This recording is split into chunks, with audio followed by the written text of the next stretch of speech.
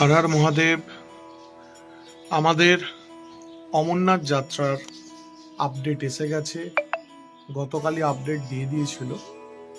তো এখানে দেখতেই পাচ্ছেন ওয়েবসাইটে বিভিন্ন রকম জিনিস আপডেট করা রয়েছে, যেখানে প্রথমে আমাদের মেডিকেল সার্টিফিকেটের জন্য আমরা ফর্ম ফিল আপ করছি। এই হচ্ছে মেডিকেল সার্টিফিকেটের জন্য ফর্ম। এই ফর্ম ফিল আপ করে আমাদের 14 তারিখের মধ্যে কমপ্লিট করতে হবে, কারণ 15 তারিখ থেকে আমাদের ব্যাংকের রেজিস্ট্রেশন শুরু হয়ে যাচ্ছে।